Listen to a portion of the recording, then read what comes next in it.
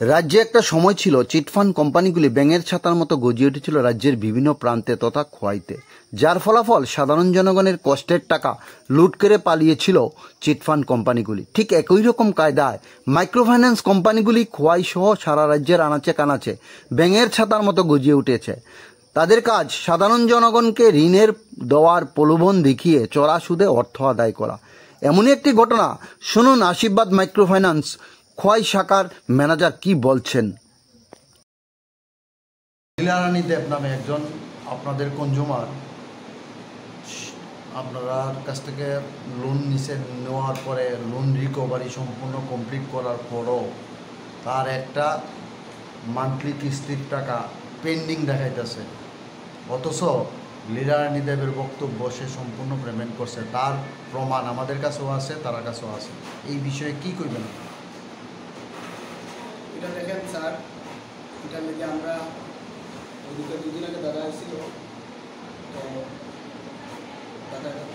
দাদার কাছে আমরা তাহলে কাটা নিছি, সেটা আমরা স্যার আমরা তাহলে রুম করে ছবিটা আমরা রেজিস্টারে দিছি। রেজিস্টারে তাইলে এটা এইচতে পাঠাইব, এইচতে পাঠানোর পরে কাস্টমার অ্যাকাউন্টে টাকা ঢুকে যাবো আর রিকভারিটা হয়েছে। কে করবো রিকভারিটা? কে করবো? কোম্পানি থেকে দিয়ে দিব। তো টাকা তো জালিয়াতি করছে আপনাদের স্টাফ সুব্রত, সুব্রত। হ্যাঁ, তো কোম্পানি কেন দিব? কোম্পানি কেন ফেরত দিব? এখন কোম্পানি যেহেতু স্টাফ আসিল, এখন তো নাই, ভুল করছে, যার জন্য কোম্পানি এটা দুবার কিলো। স্যার আপনার নামটা? আমার নাম তপন ঘোষ। লীলারানী দেবের যে পরিবারের সদস্যরা আপনার কেমন আয় গেছিল গত বৃহস্পতিবার দিন, হ্যাঁ আইসে পরে আপনাদের অফিস থেকে নাকি হয়েছে যে আপনারা গিয়ে তারা খুঁজে বাড়ি করেন, আমরা কি লিগে খুঁজে বাড়ি করবো, আপনারা টাকা হইতেছে না, এটা আপনারা বাড়ি করবেন, এটা কি হয়েছে না?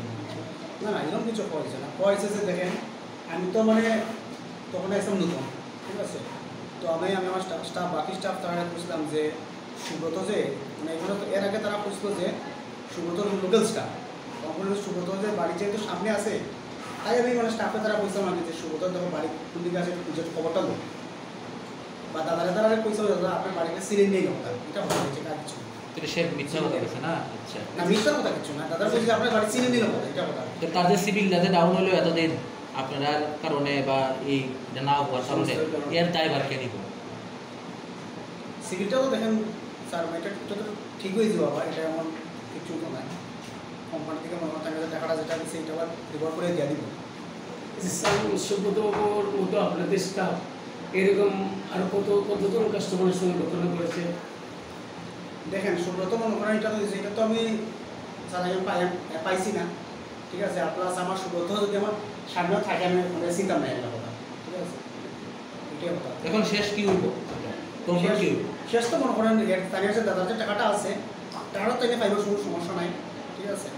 টাকা পাওয়াটা তো শেষ কথা না, তার তো অর্থনৈতিক যে একটা বিষয় আছে, একটা নিয়ম আছে, সিস্টেম আছে, ব্যাংকিং সিস্টেম আছে, তো সিস্টেম অনুসারে লোন শূন্য সঠিকভাবে যদি রিকভারি না হয় তার সিভিলটা ডাউন হয়ে থাকা, এটার দায়ভার কে নেব? তো তাদের সিভিলটা মানে যত তাড়াতাড়ি সম্ভব তোলার চেষ্টা করবো আগে আমরা এখানে।